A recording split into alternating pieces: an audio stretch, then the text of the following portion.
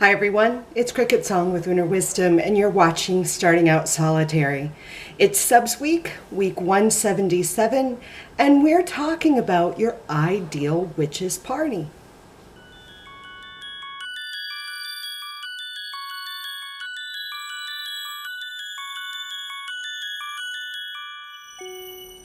So honestly, when I saw this topic, and I saw some of the suggestions that Lippy posted in the Facebook group that she created as a support for Starting Out Solitary, I wasn't really sure how I was going to respond to this.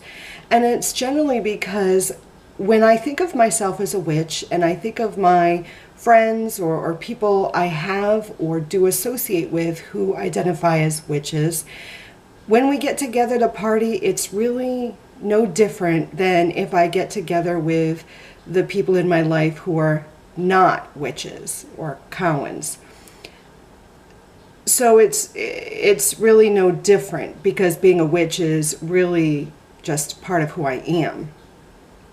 But if I were to think about the times when the coven, when I was a member of a coven, got together and we would celebrate a Sabbat, it was sort of like a party. So I'm going to go with that idea. Or even if I think about my Samhain open house that I held every year when I lived back in Massachusetts, I can talk about the different things that I did during that time. And on Samhain, when I got together with both magical folk and non-magical folk, that was sort of a witch's party. It was celebrating the witch's new year. So let's start with Samhain. So during my Samhain open house, I would be playing music with some sort of magical, witchy, Halloweeny type theme. Lorena McKenna was a common something you would hear each Samhain. She has a few, like All Souls Night, The Mystic Stream, things like that, that really sounded at least very witchy to me, along with other, music that kind of was magical themed. So that would be playing. At some point during the night, I would play a couple of documentaries about witchcraft, the history of witchcraft, and, common misconceptions about witchcraft. Then we would do readings or some sort of form of divination, looking and scrying in the crystal ball or the scrying mirror, or doing cards, oracle or tarot cards. There'd always be food, potluck. I'd have some sort of potluck. Samhain bread or pumpkin bread at Samhain was a very common thing. And I would make some sort of cider, or we would also have wine. So we would have food and drink. There's usually, when I get together with witches, some sort of ritual or some sort of magical practice other than just divination, whether we do a meditation or whether there's chanting. There's something to shift the mindset from the mundane to the magical.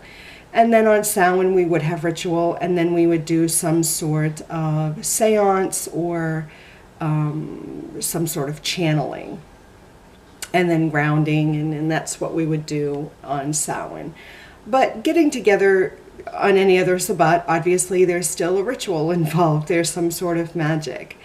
For me, I feel that when I'm getting together with magical people who I am comfortable enough with to have some sort of social celebration, working magic is always a part of that, whether it's a really casual sort of spell casting or whether it's more ritualistic. I find it difficult for me to get together with magical people that I'm comfortable with and familiar with and not do something like that. It's just sort of, for me, a natural extension of, communing with other magical individuals. And you know what? Now that I think of it, it just doesn't have to be witches. sometimes I find that I have friends who are magical practitioners who don't identify with the word witch, who may be just law of attraction practitioners. But from my perspective, they're still performing some sort of magic, and there's that bond that we share. And there's usually other things like yoga or meditation or reading that we do that is a common thread too, that allow us to commune on that energetic level.